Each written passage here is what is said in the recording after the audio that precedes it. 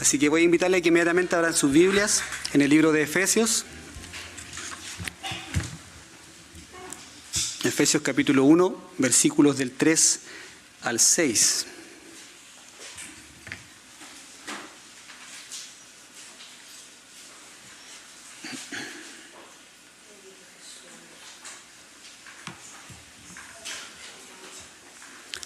Voy a leer, como siempre digo, de la Nueva Biblia de las Américas, por si acaso alguna diferencia con sus Biblias, es por un tema de actualización de palabras, pero esa es la versión que más me gusta porque es un poquito más apegada al original. Bien, vamos a leer la palabra del Señor en el nombre del Padre, del Hijo y del Espíritu Santo. Amén. Esta dice así: Bendito sea el Dios y Padre de nuestro Señor Jesucristo, que nos ha bendecido con toda bendición espiritual en los lugares celestiales en Cristo, porque Dios nos escogió en Cristo antes de la fundación del mundo, para que fuéramos santos y sin mancha delante de Él. En amor nos predestinó para adopción, como hijos para sí mediante Jesucristo, conforme a la buena intención de su voluntad, para alabanza de la gloria de su gracia, que gratuitamente ha impartido sobre nosotros en el amado. Amén. Inclinemos nuestro rostro un momento para orar al Señor. Padre, damos gracias en esta tarde por estar una vez más ante su presencia. Hemos cantado, Señor, hemos orado, hemos saludado a nuestros hermanos, Señor, y hemos podido ver su misericordia para con cada uno de nosotros.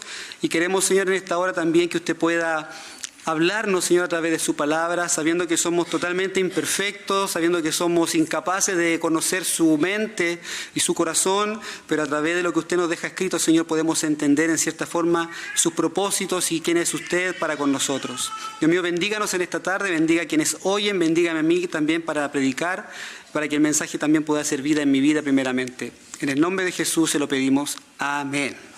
Amén. Tome su asiento.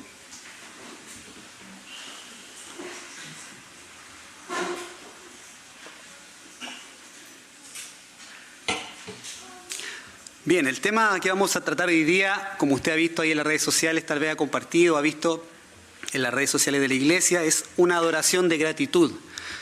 Una adoración de gratitud. Y en la vez anterior que me correspondió predicar, comencé con esta carta de Pablo a los Efesios y hablamos de los dos primeros versículos, que es un saludo de Pablo, y vimos que era más que un simple saludo, que habían algunas cosas más que aprender de él.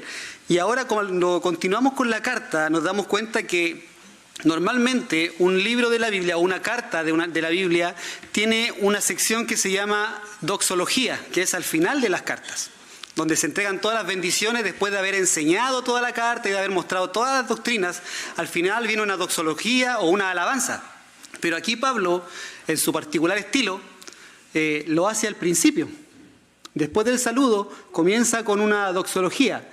El doctor Samuel Pérez Millo, en su comentario exegético de Efesios, él utiliza otra palabra, que es la palabra que Pablo o la Biblia traduce como bendito, es la palabra eulogía, que significa bendito, y es una forma de alabar a Dios, una forma de alabanza en el contexto de la literatura hebrea.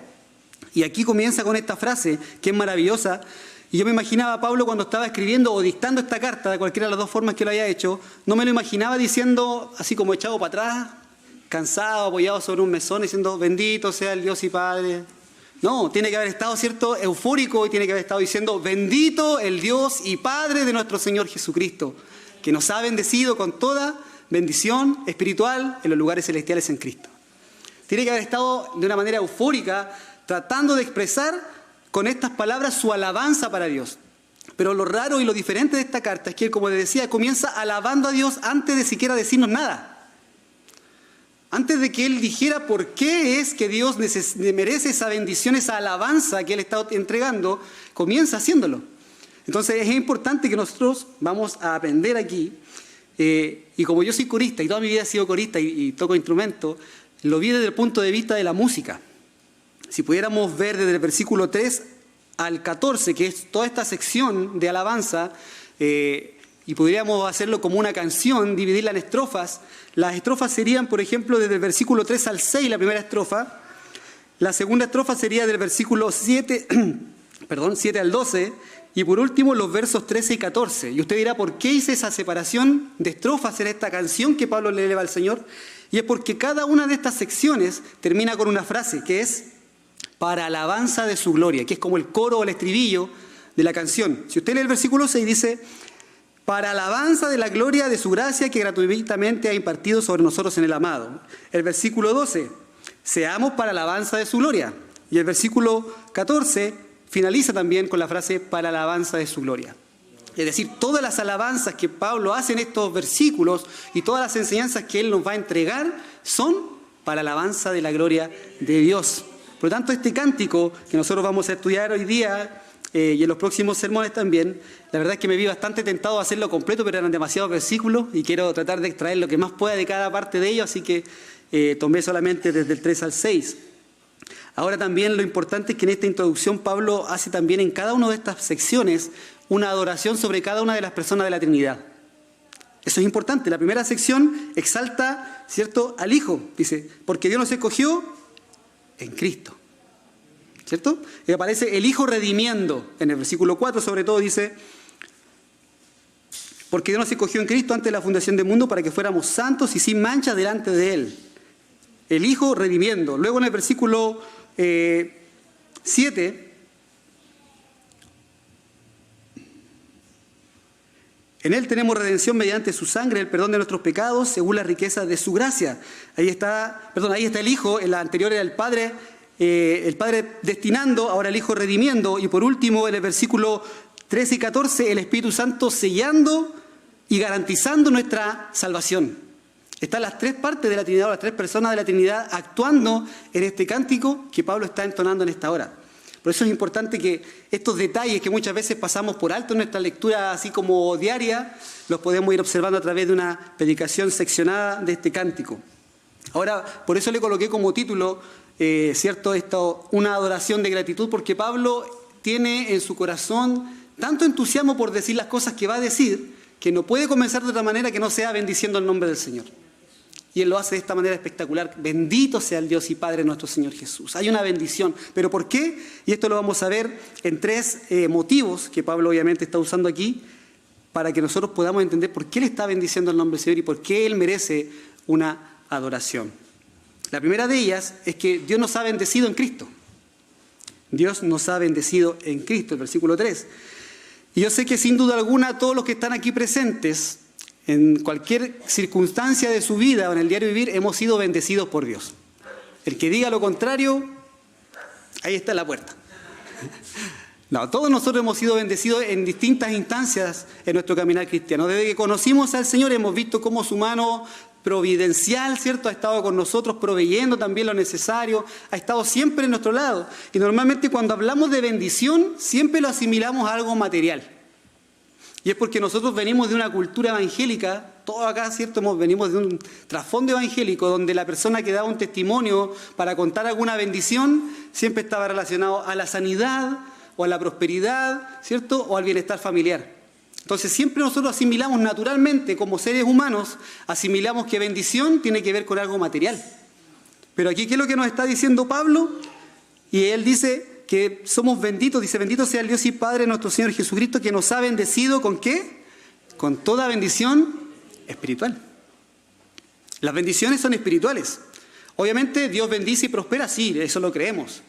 Sabemos que Dios nos bendice, sabemos que Dios prospera a sus hijos también, pero Él también permite que pasemos escasez y también permite que tengamos a veces etapas de nuestra vida sin trabajo, con enfermedades o con problemas. Por lo tanto, no siempre la vida de creyente es una vida de prosperidad o de bendición.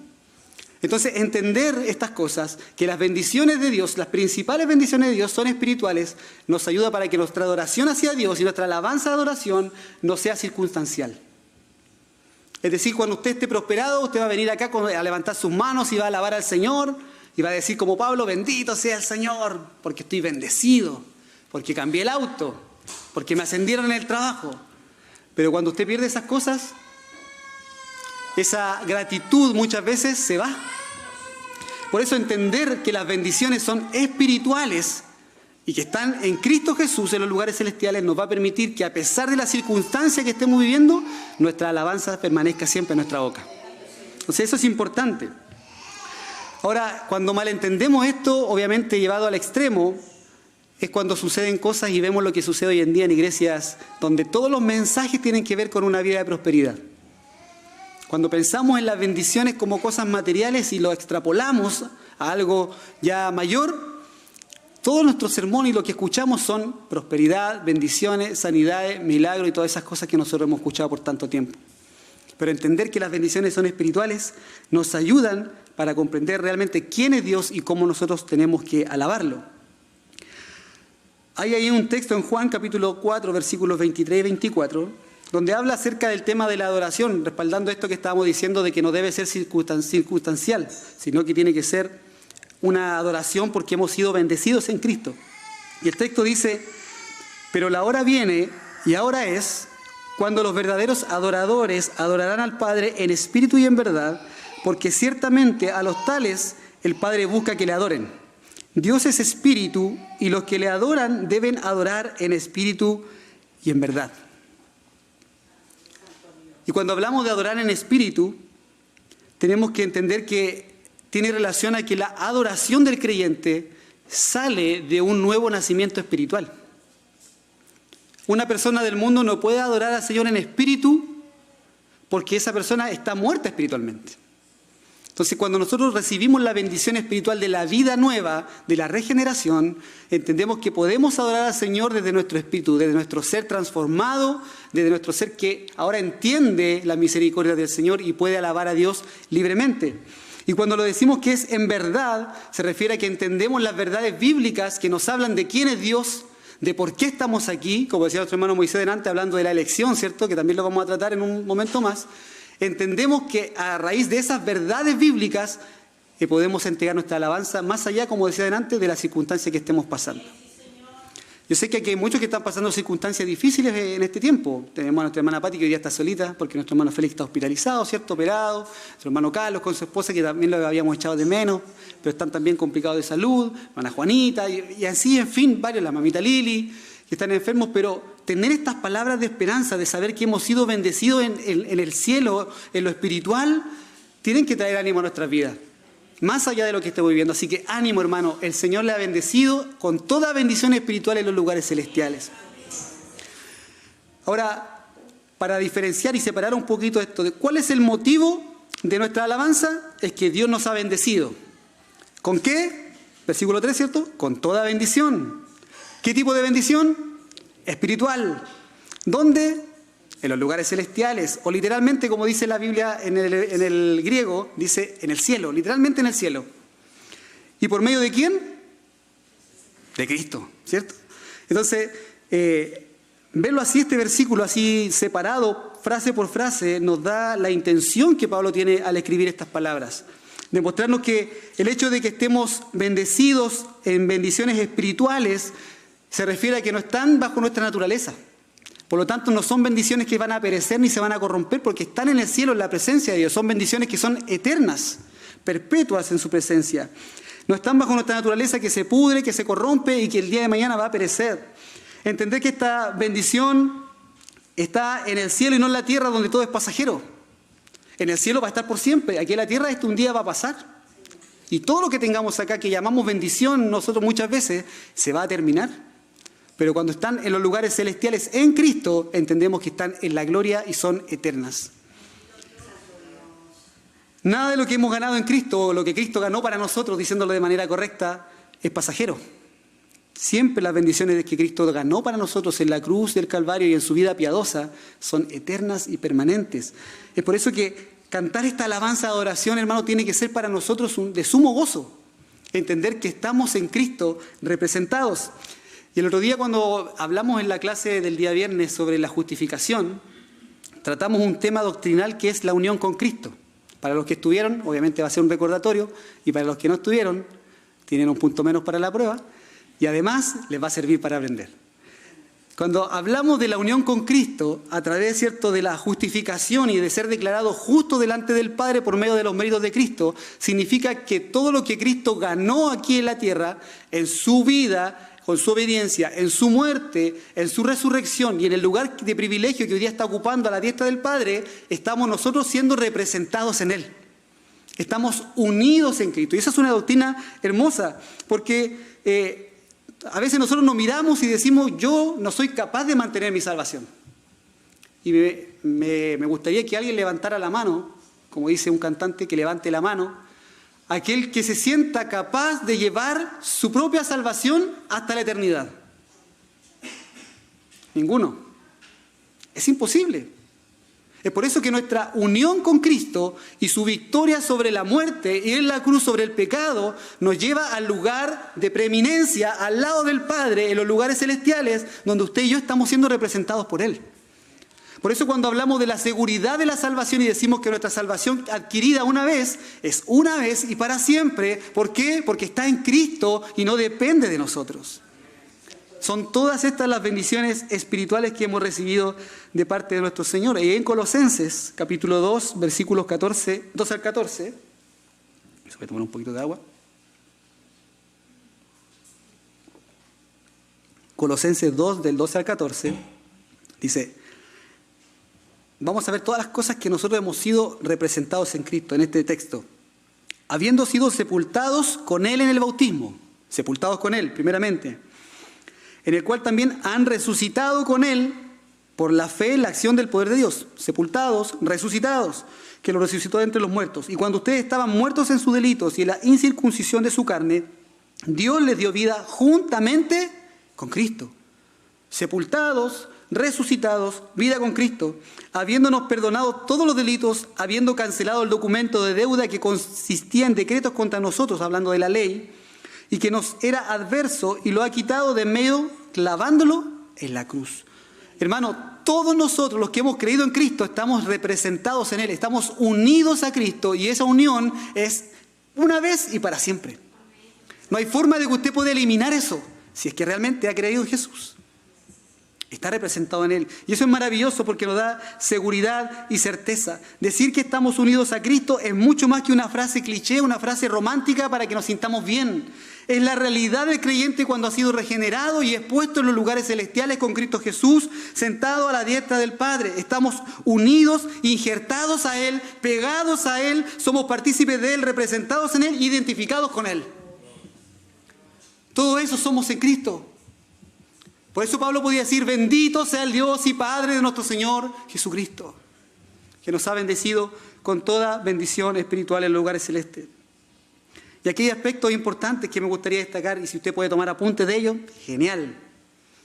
Lo primero es que fuimos crucificados en Cristo, Romanos 6:6. Sabemos esto, que nuestro viejo hombre fue crucificado con Cristo para que nuestro cuerpo de pecado fuera destruido a fin de que ya no seamos esclavos del pecado. Hemos muerto con Cristo, Romanos 6:3. ¿O no saben ustedes que todos los que hemos sido bautizados en Cristo Jesús hemos sido bautizados en su muerte? Hemos sido sepultados con Él, Romanos 6:5. Porque si hemos sido unidos a Cristo en la semejanza de su muerte, ciertamente lo seremos en la semejanza de su resurrección. Hemos sido resucitados en Él, Efesios 2:6 en la parte A. Y con Él lo resucitó, dice el texto. Y estamos sentados con Él en lugares celestiales. Efesios 2:6 también en la parte B dice: y con Él nos sentó en los lugares celestiales en Cristo Jesús. Hermano, esto es maravilloso. Esto es tremendo, saber que la seguridad que hoy día tenemos de nuestra salvación es porque estamos representados y unidos en Cristo en cada uno de estos aspectos que Él vivió en su vida humana. En su vida, muerte, resurrección, ascensión y en el lugar que ocupa de preeminencia en este momento. Estos méritos nos garantizan todas estas bendiciones espirituales. Como decía, si nosotros pudiéramos confiar en lo que nosotros hacemos, hermano, en nuestras propias capacidades, en nuestro intelecto, en nuestro conocimiento, en nuestros talentos que Dios nos ha dado, si confiáramos en eso, ninguno de nosotros pudiera alcanzar la salvación. Somos incapaces totalmente de ganarnos el favor de Dios, porque estamos corrompidos desde la raíz, como dice Sproul, corrompidos radicalmente. Desde la raíz el ser humano está corrompido y la única forma en que puede ser salvo es a través de Jesús. A través de Jesús y su sacrificio, su justicia imputada de manera legal, hablando en términos legales, imputada sobre nosotros para que podamos obtener el favor de Dios. Y al tener esta condición y esta ubicación de preeminencia ahí con Cristo, eso, hermanos amados, es eterno. Jamás podremos ser sacados de ese lugar. Y esto debiera ser motivo suficiente para enfrentar cada dificultad de nuestra vida. Cada momento difícil que usted y yo pasemos en nuestro camino cristiano, pensemos en esto. Estamos representados en Cristo en los lugares celestiales. Hay dos motivos restantes que vamos a ver, que Pablo también nos indica acá. El primero es que hemos sido bendecidos en Cristo. El segundo motivo es que Dios nos ha escogido en Cristo. Dios nos ha escogido en Cristo. Versículo 4. Porque Dios nos escogió en Cristo desde antes de la fundación del mundo para que fuéramos santos y sin mancha delante de Él. Y aquí es importante porque esta bendición que hemos recibido de Cristo tiene que ver, como decía adelante, con nuestro estado eterno en la mente de Dios. Piensen en esta frase. Tiene que ver con el estado eterno de su nombre, de su vida y del mío en la mente de Dios. Eso habla de elección. Dios en su eternidad, como los teólogos le llaman eternidad pasada, pero la eternidad es una sola, ¿cierto? No tiene pasado ni presente, es eterno. Pero Dios en la eternidad pasada, para que nosotros podamos entenderlo, allá cuando no había nada creado aún, cuando no existía raza humana, no había pecado, no había nada, solamente estaba la Trinidad, usted y yo estábamos en la mente de Dios. Elegidos por Dios para salvación. Y eso tiene que ver en nada de la voluntad humana, ni en ningún mérito que yo pueda hacer o usted pueda hacer, sino simplemente porque a Dios le plació así. El texto que sigue dice, para presentarnos, dice que fuéramos santos y sin mancha delante de Él, nos predestinó para adopción como hijos de sí mediante Jesucristo, conforme a la buena intención de su voluntad. Fue la voluntad de Dios la que decidió escogernos. Y aquí esta doctrina de la elección es confrontacional. ¿Por qué? Porque es la manzana de la discordia entre las doctrinas teológicas que existen. Si usted va a una iglesia pentecostal y habla de la elección, probablemente lo excomulguen inmediatamente, como a muchos nos ha pasado. Pero cuando hablamos en una iglesia reformada de la elección, es una doctrina que normalmente es parte de nuestra vida, porque entendemos que Dios ha escogido en su soberana voluntad a quienes van a formar parte de su pueblo. Él ha decidido escogernos. Y no es por nada que haya en nosotros, sino simplemente por el puro afecto de su voluntad, como dice la Reina Valera. Entonces, esto causa confrontación entre las distintas posturas teológicas. ¿Por qué? Porque decir que Dios escoge y no el hombre escoge a Dios, echa por tierra todo el orgullo humano, echa por tierra todo sentimiento de que yo lo logré por mis propias fuerzas, no tenemos nada en qué gloriarnos. Si fuera diferente, y usted puede decir, yo fui más sensible a la palabra, fui más sensible que otros a la palabra, usted podría gloriarse en su sensibilidad. O si usted dice, yo fui más inteligente que mi vecino porque a él también le predicaron, pero yo entendí, él no, yo podría gloriarme en mi inteligencia. Pero como dice el texto también aquí en Efesios 2, 8 y 9, no es por obra, o sea, no es por nada que yo haya hecho, sino por gracia. Y es un don de Dios, ¿para qué? Para que nadie... Usted se lo sabe, ¿cierto? Para que nadie se gloríe. Ninguno de nosotros va a poder presentarse delante de Dios en el momento cuando estemos en su presencia y decirle, lo hice bien, Señor. Yo lo logré, soy un campeón. No, hermanos. La elección divina tiene que ver con esto. Echa por tierra todo orgullo humano, toda capacidad del hombre, todo lo que el hombre puede creer hacer y todo el peso de pensar que yo tuve que ver con mi salvación, lo echa por tierra. Dios ha escogido. Nosotros estábamos destinados a la perdición, hermanos amados, de nuestra naturaleza. Destinados a la perdición. Sin embargo, Dios en la eternidad, como le decía, cuando aún nada había creado, Él pensó en usted y pensó en mí. Y no por nada que haya habido la criatura, sino por su voluntad. El hombre hace cosas religiosas para ganar el favor de Dios. Y vemos a personas que caminan kilómetros de rodillas, ¿cierto? O arrastrados algunos. Me acuerdo cuando vivíamos en Santiago y había una fiesta ahí en la Virgen de Lo Vázquez. Lo Vázquez se llama, ¿cierto? Sí.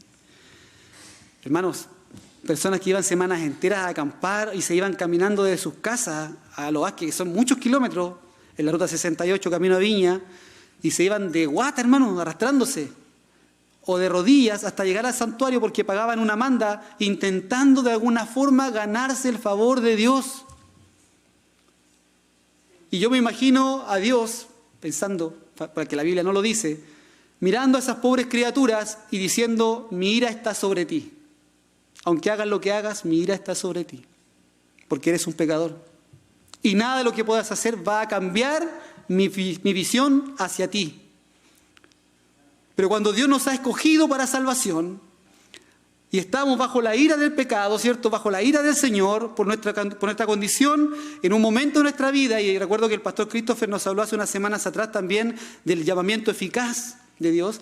En algún momento de nuestro caminar apareció el Señor en nuestro encuentro y nos llamó eficazmente, no porque en ese momento nosotros hayamos estado mejor preparados en una condición mental superior, sino porque Él ya lo había decidido en la eternidad. Que en ese día, a esa hora, tú ibas a pasar a ser su hijo.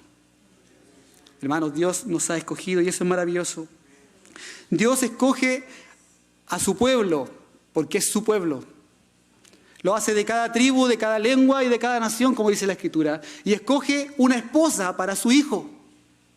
Escoge una esposa para su hijo. ¿Por qué? Porque es su esposa, es su pueblo, es su amada, es su iglesia y Él la escoge. Nosotros no intentamos formar parte de ese pueblo. Dios nos ha escogido. John MacArthur en su página de internet, gracias a vosotros, alguna vez a lo mejor ha escuchado ese programa, con respecto a este tema de la elección dice lo siguiente, dice, Dios no lo echó a la suerte, no miró por el pasillo del tiempo para ver quién lo iba a elegir para decidir, más bien por su voluntad soberana, Él escogió quién estaría en el cuerpo de Cristo. Sí, hermano, Él lo escogió. Si usted ya forma parte del cuerpo de Cristo es porque Dios lo escogió así. Así lo decidió. Esto es maravilloso porque esta elección soberana que es en Cristo y que ya hablamos acerca de nuestra unión con Él en el punto anterior, además esta elección es hecha antes de la fundación del mundo, es decir, cuando no había nada creado. Y Dios siempre ha escogido a lo largo de la creación, no es algo nuevo, es una doctrina que está a lo largo y ancho de la Escritura. Usted puede leer desde Génesis a Apocalipsis y hay una elección siempre ahí implícitamente o explícitamente expresada para que nosotros podamos ver cómo Dios elige. Dios escogió crear al hombre. Hagamos al hombre a nuestra imagen y semejanza. Él escogió hacerlo.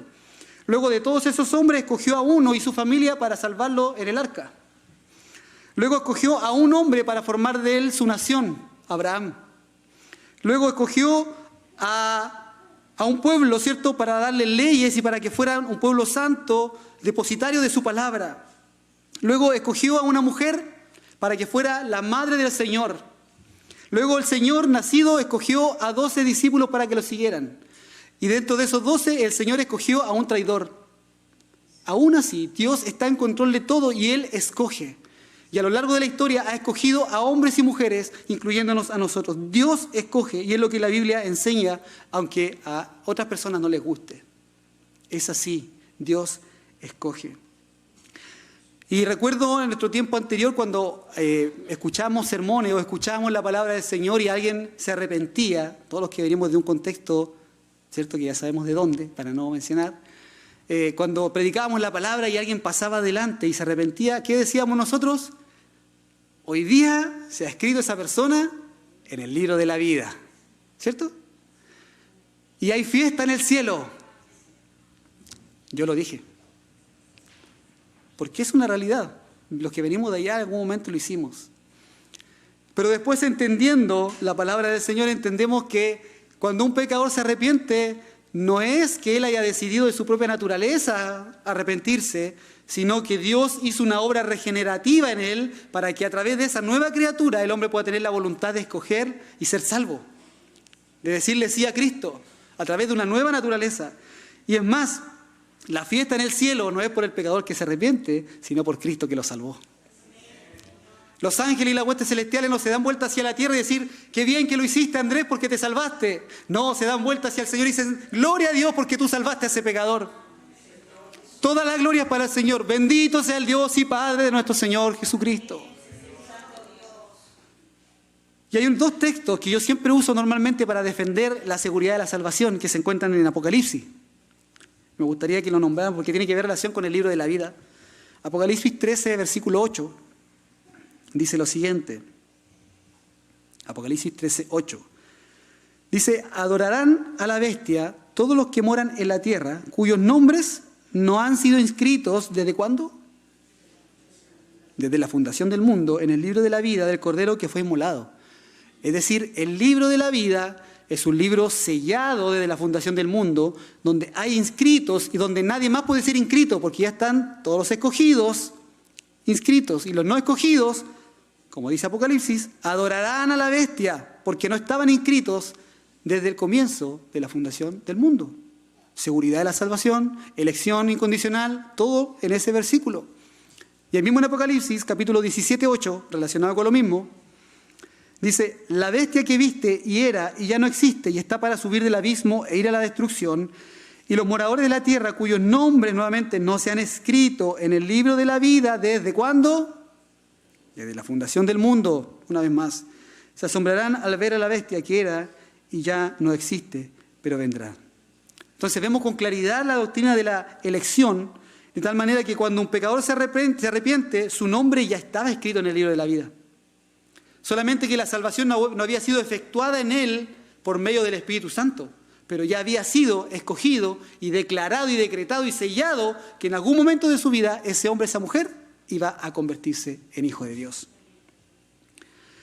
Ahora, al final de esta sección, en el versículo 4, hay algo interesante, que nuestra elección no es una elección cualquiera simplemente para ser elegidos de algo, no. Hay un propósito detrás de esa elección y es para que fuéramos santos y sin mancha delante de Él. Ese es el propósito de la elección. Y esto es glorioso porque vemos el propósito supremo de la elección al hacernos santos y sin mancha, sabiendo que no lo somos, porque no lo somos, ¿cierto? Usted que se conoce, yo lo veo bien bonito de aquí para allá, y usted también me ve bonito de allá para acá, pero no nos conocemos íntimamente, Dios sí nos conoce. Y aún así, Él nos escogió para hacernos limpios, santos, dice el texto, y sin mancha delante de Él. A pesar de nuestro pecado y nuestra condición, Dios nos escoge y ya no ve más nuestro pecado ni nuestra impiedad porque fuimos escogidos en Cristo. En palabras legales, como decían antes, somos vistos a través de Jesús, representados en Él, imputada su justicia a través de la doctrina de la justificación. Y aunque no somos perfectos, somos perfeccionados por la santificación desde ahora en adelante. Desde que somos salvados y escogidos, redimidos, comenzamos a santificarnos, a hacer buenas obras, porque el Señor pone en nosotros el querer como el hacer, porque el Señor nos da su Espíritu Santo para irnos perfeccionando, porque el Señor da su Espíritu Santo en nosotros para que vayamos viviendo en santidad. Todo eso es un proceso que ocurre en la vida del hombre y de la mujer que ha sido escogido. Ahí en Tito, capítulo 2, versículo 12 al 14, hay un texto que resume muy bien esta enseñanza también. Tito 2, del 12 al 14, dice, enseñándonos que negando la impiedad y los deseos mundanos, vivamos en este mundo sobria, justa y piadosamente, aguardando la esperanza bienaventurada de la manifestación de la gloria de nuestro gran Dios y Salvador, Cristo Jesús. Él se dio por nosotros para redimirnos de toda iniquidad y purificar para sí un pueblo para posesión suya, celoso de buenas obras. Una vez que usted sea escogido, no puede seguir viviendo en la impiedad. ¿Escuchó? Si no puede decir amén, diga ouch, como dicen por ahí. Una vez que hemos sido escogidos y regenerados, no podemos seguir viviendo en la impiedad. Es necesario, hermanos, que vivamos una vida de santidad, no de perfección, porque perfectos no vamos a ser jamás mientras estemos sujetos a esta mugre de piel, de carne pecaminosa. Pero debemos evidenciar la transformación que Cristo ha obrado en nosotros por medio del Espíritu Santo.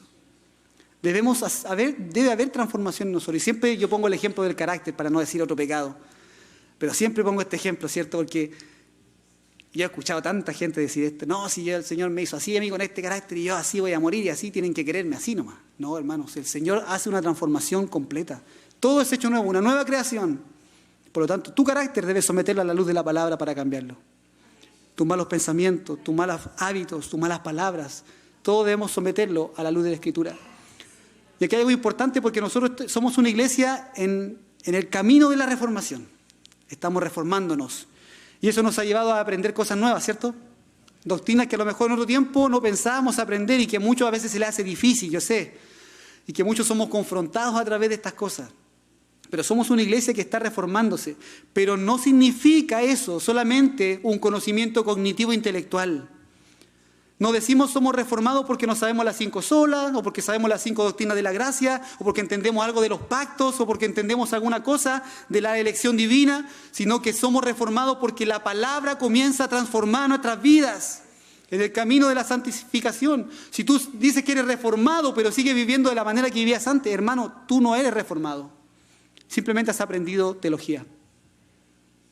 Y necesitamos que la teología sea vida en nuestra vida. Que lo que aprendemos de la reforma, de la doctrina reformada, de la gracia y todas esas cosas hermosas, sean parte de nuestro diario vivir. Por eso el apóstol Pablo dice que debemos renovar nuestra mente siempre. Y el lema de la reforma era: iglesia reformada siempre se está reformando. Todos los días nos vamos reformando. Para poder tener una adoración de gratitud, hermano, basta con saber que hemos sido escogidos. Eso debe llevarnos a adorar en gratitud a nuestro Señor, a decir como Pablo este hermoso cántico de alabanza. Y el último motivo es porque Dios nos predestinó. Esta es más cortita, no se asuste. Dios nos predestinó. No solamente nos bendice con toda bendición espiritual, no solamente nos elige, sino que además nos predestina. Y muchas veces estas dos palabras, elección y predestinación, se usan de manera sinónima. Y está bien. A veces una reemplaza a la otra en cierto pasaje de la Escritura, pero en esta ocasión Pablo hace la diferencia. Y usa las dos palabras porque entendemos que la elección es la decisión divina de la eternidad de escoger individualmente. Dios escogió salvarlos a usted y a mí individualmente.